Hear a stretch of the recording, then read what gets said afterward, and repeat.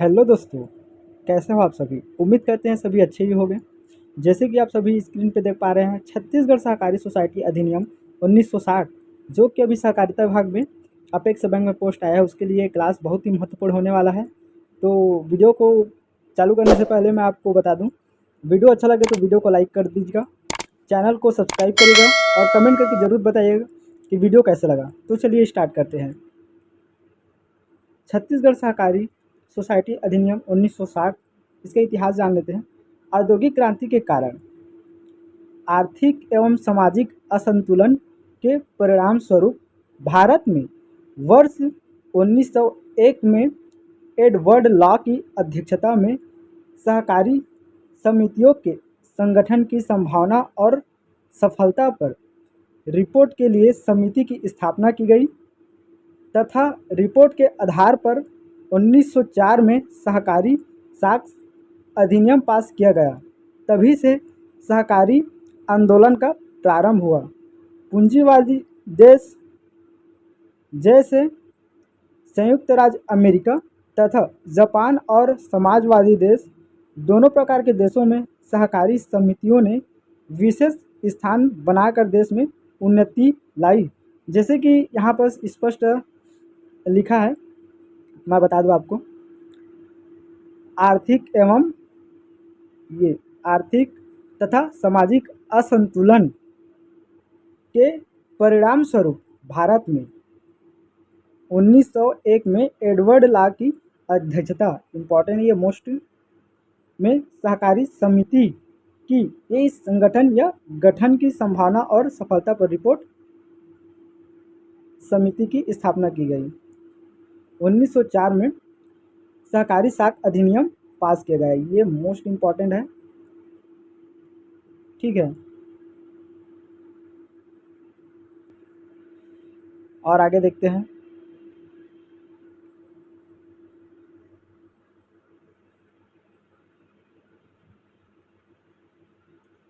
भारतीय संविधान के 97वें संविधान संशोधन अधिनियम 2011 द्वारा जोड़े गए अनुच्छेद 19 क भारत के सभी नागरिकों को संघ संगठन के साथ सहकारी समिति बनाने का मूल अधिकार देता है।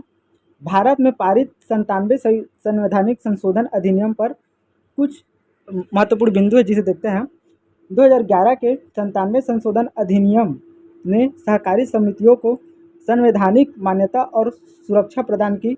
इस संदर्भ में इसने संविधान में 3 तरह से संशोधन किए। आइए देखते हैं कौन कौन से संशोधन हैं। तो पहला, इसने सहकारी संगठनों को संगठित करने के अधिकार को मूल अधिकार के रूप में स्थापित किया, अनुच्छेद 19।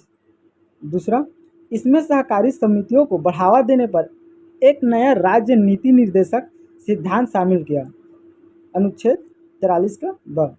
और तीसरा देखते हैं, इसने संविधान में एक नई धारा IXB शामिल की जिसका नाम सहकारी समितियां रखा गया, अनुच्छेद 243 जेड से 243 जेड3। आइए देखते हैं सहकारी या सहकारिता का अर्थ। सहकारी या सहकारिता कॉर्पोरेट, अतः नाम से ही स्पष्ट हो रहा कि सहभागिता या साथ साथ, या सरल शब्दों में समझा जाए तो सहकारिता का अर्थ साथ मिलकर कार्य करना, अर्थात अपने निश्चित उद्देश्य एवं आर्थिक उद्देश्य के लिए साथ मिलकर समिति संगठन बनाकर कार्य करना ही सहकारिता समिति कहलाता है। सहकारी समिति ऐसी संस्था है जो अपने आर्थिक हितों के लिए कार्य करती है। सहकारी समिति में कोई भी सदस्य व्यक्तिगत लाभ के लिए कार्य नहीं करता। इसके सभी सदस्य अपने अपने संसाधनों को एकत्र कर उनका अधिकतम उपयोग कर लाभ प्राप्त करते हैं, जिसे वहाँ आपस में बांट लेते हैं। जैसे कि अगर साफ शब्दों में समझा जाए तो सहकारी स्पष्ट है, इसमें समझा जा रहा है कि साथ साथ मिलकर आर्थिक उद्देश्य, जहाँ आर्थिक बात आ जाए वहाँ पर समझ जाना चाहिए कि पैसों की है या आर्थिक स्थिति, पैसे, मौद्रिक लेन देन है। तो आइए देखते हैं एक उदाहरण।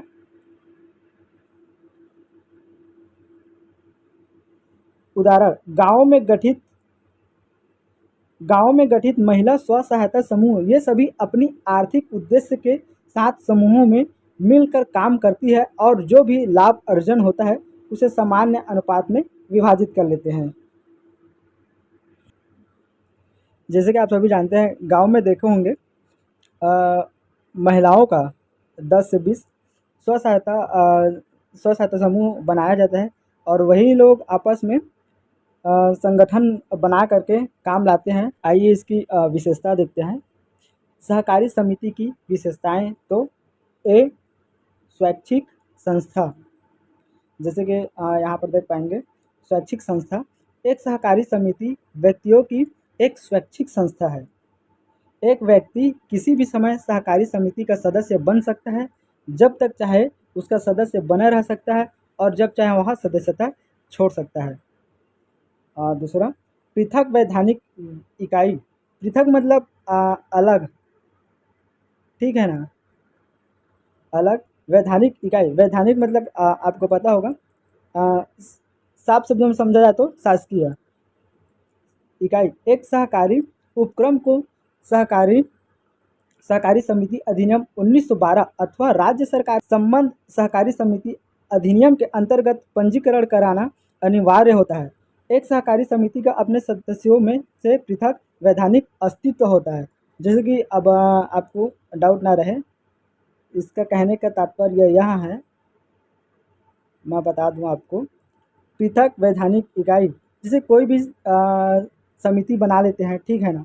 समिति बनाने के बाद जब तक वो गवर्नमेंट जो सरकार है उसके समक्ष जब तक पंजीयन नहीं होगा, ठीक है ना, तब तक वो सहकारी नहीं माना जाएगा। जैसे गांव में ही देख लो, अगर महिला स्व सहायता समूह बना लेते हैं तो महिला स्व सहायता समूह 8-10 के ग्रुप बना लिए गांव में ही, तो उसका कोई अर्थ नहीं है जब तक वो राज्य सरकार से पंजीयन ना हो जाए। इसका कहने का यही तात्पर्य है, ठीक है ना। अब तीसरा पॉइंट देखते हैं। सहकारी समिति में पूंजी सभी सदस्यों द्वारा लगाई जाती है। इसके अलावा पंजीकरण के बाद समिति ऋण ले सकती है, सरकार से अनुदान भी प्राप्त कर सकती है। जैसे कि हमने आपको पहले ही बताया, कोई भी समिति गांव में जो बनता है वो तो सरकार से उसका पंजीयन कराना आवश्यक हो जाता है। तो ऐसे ही है, जो जितने भी समूह बनाया जाता है, महिलाओं का हो चाहे पुरुषों का हो, ठीक है, सहकारिता में सभी मिलकर आपस में पूंजी एकत्रित करते हैं। उसके बाद उसी पूंजी से सरकार से उसे पंजीयन करा देते हैं। फिर सरकार उसे उस काम के लिए ऋण प्रदान करती है, अनुदान देती है, ठीक है ना। और एक पॉइंट एक और है, सेवा उद्देश्य। एक सहकारी समिति का प्राथमिक उद्देश्य अपने सदस्यों की सेवा करना है, यद्यपि यह अपने लिए उचित लाभ भी अर्जित करना है। उम्मीद करते हैं यहाँ तक सभी को समझ आ गया होगा। आगे देखते हैं। छत्तीसगढ़ सहकारी सोसाइटी अधिनियम 1960 28 अप्रैल 1961 को राष्ट्र अनुमति प्रदान हुआ। तब राष्ट्रपति डॉक्टर राजेंद्र प्रसाद थे। 12 मई 1961 को राजपत्र में प्रकाशन हुआ, ठीक है ना। बहुत ही इम्पोर्टेंट है। और इसमें छत्तीसगढ़ सहकारी सोसाइटी अधिनियम 1960 में कुल 11 अध्याय एवं 96 धाराएं हैं।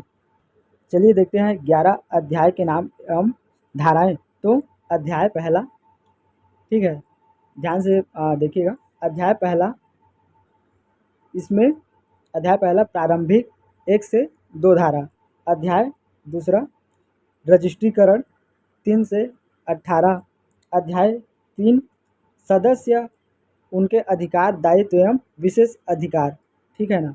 अध्याय चौथा सोसाइटी के कर्तव्य विशेष अधिकार, उनकी संपत्ति तथा निधियां।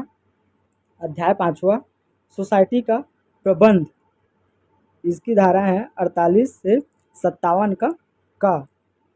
अध्याय 5 का अल्पकालीन सहकारी संघ संरचना के संबंध में प्रावधान, ठीक है ना, इसका 57 का। अध्याय 6 संपरीक्षा, जांच, निरीक्षण तथा पर्यवेक्षण। अध्याय 7 विवाद तथा माध्य स्तंभ, धारा 64 से 68, ठीक है। और अब देखते हैं अध्याय 8 समापन, धारा 69 से 72। अध्याय 9 अपराध तथा शास्त्रीय, धारा 73 से 76। अध्याय 10 अधिकरण या गठन, धारा 77 से 80। और लास्ट है धारा अध्याय 11 नाम प्रकीर्ण, धारा 81 से 96, ठीक है ना। अब इसको समझने का एक ट्रिक मान लेते हैं हम। अभी तो समझ नहीं आया होगा, पता है मेरे को। तो देखो, अब मैं आपको एकदम आसान भाषा में समझा रहा हूँ, ठीक है ना। जैसे अपने आप को मान लो, ठीक है, ये इसे एक कंपनी मान लो, ठीक है। ये एक कंपनी है, तो कंपनी का सर्वप्रथम क्या करेंगे, उसका प्रारंभ करने का योजना बनाएंगे। तो ये प्रारंभिक, अगर कोई भी कंपनी अब प्रारंभ करना है तो उसका क्या कराएंगे, रजिस्ट्रेशन, पंजीयन कराएंगे, ठीक है। पंजीयन कराएंगे, उसके बाद अब पंजीयन तो करा लेंगे, अब आपस में हैं सदस्य हैं, तो सभी सदस्यों के उनके अधिकार दायित्व को समझाएंगे, ठीक है ना। उसके बाद सोसाइटी के कर्तव्य, विशेष अधिकार एवं संपत्तियां, अब सभी सदस्यों के समस्त अधिकार दायित्व को समझा दिए, लेकिन सोसाइटी के प्रति भी कुछ कर्तव्य, अधिकार एवं अब उसको चलाने के लिए संपत्ति पैसों की ज़रूरत पड़ेगा, ठीक है। अब पैसों और निधि का मतलब जुगाड़ कर लिए, ठीक है। उसके बाद अध्याय 5 को देखो, सोसाइटी का प्रबंध, पैसा जुगाड़ हो गया, ठीक है, लेकिन यहाँ पर प्रबंध कहाँ पर कैसे करना है, ये जुगाड़ करेंगे, ठीक है।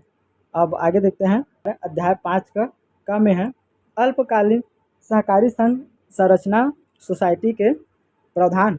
अब कोई भी बना रहे हैं या गठित कर रहे हैं, उसके कानूनन कुछ प्रावधान होंगे जिसको फॉलो करना पड़ता है, ठीक है ना।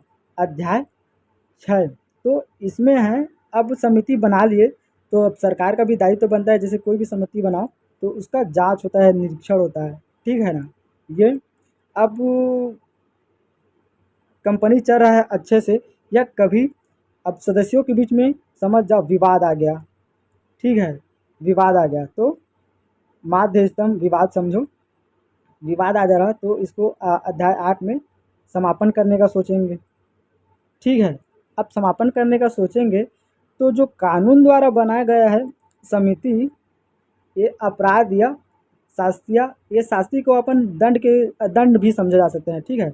अब इसी कोई भी कंपनी बना है, समिति बना है, तो शासन उसको मतलब उसका पैसा लगा है, तो हम पर तो दंड करेगा, ठीक है ना। तो अध्याय 10 अधिकरण या गठन, अधिकरण या गठन में ये समझ लो कि सरकार, उनका कुछ नियम है, जो समिति बनाए हैं उसके प्रति कुछ नियम है, अधिग्रहण करने करेगा वो सरकार, और ये प्रकीर्ण फिर ये सरकार के हाथों चला जाएगा, समझो, ठीक है। तो एक बार फिर से देखते हैं, समझने का कोशिश करिएगा, ठीक है ना। कंपनी का प्रारंभ सोचेंगे, ठीक है ना, कंपनी प्रारंभ करने का सोचेंगे, फिर उसका रजिस्ट्रेशन करवाएंगे, फिर सदस्यों के अधिकार एवं दायित्व को समझेंगे, ठीक है। सोसाइटी के कर्तव्य, अब समिति जो भी सदस्य समिति बनाएंगे उसके अधिकार एवं दायित्व और संपत्ति एवं निधियों का जरूरत पड़ेगा, फिर सोसाइटी का प्रबंध, ठीक है। अल्पकालीन संघ संरचना सोसाइटी के, इसमें कुछ कानूनी प्रावधान को सब परीक्षा एवं जांच, अब उसका कंपनी बना लेंगे तो निरीक्षण होगा, फिर विवाद, अगर कार्य चल रहा है बाय द वे किसी समिति के सदस्यों के बीच में, ये माध्यस्थम या विवाद होता है, तो ठीक है। और फिर समापन, तो समापन करने का सोचेंगे तो अपराध या शास्त्रीय दंड है इसे, फिर अधिकरण या गठन, अब सरकारी है, कोई भी पंजीयन होगा समिति तो सरकार उसको दंड स्वरूप उसके भी कुछ नियम कानून है, उसको धाराओं में समझेंगे, ठीक है। ये प्रकीर्ण सरकार के अधीन हो जाएगा। उम्मीद करते हैं क्लास बहुत अच्छा ही लगा। आगे ऐसी वीडियो देखने के लिए चैनल को सब्सक्राइब करें और लाइक करें और कमेंट करके जरूर बताएं कि क्लास कैसा लगा।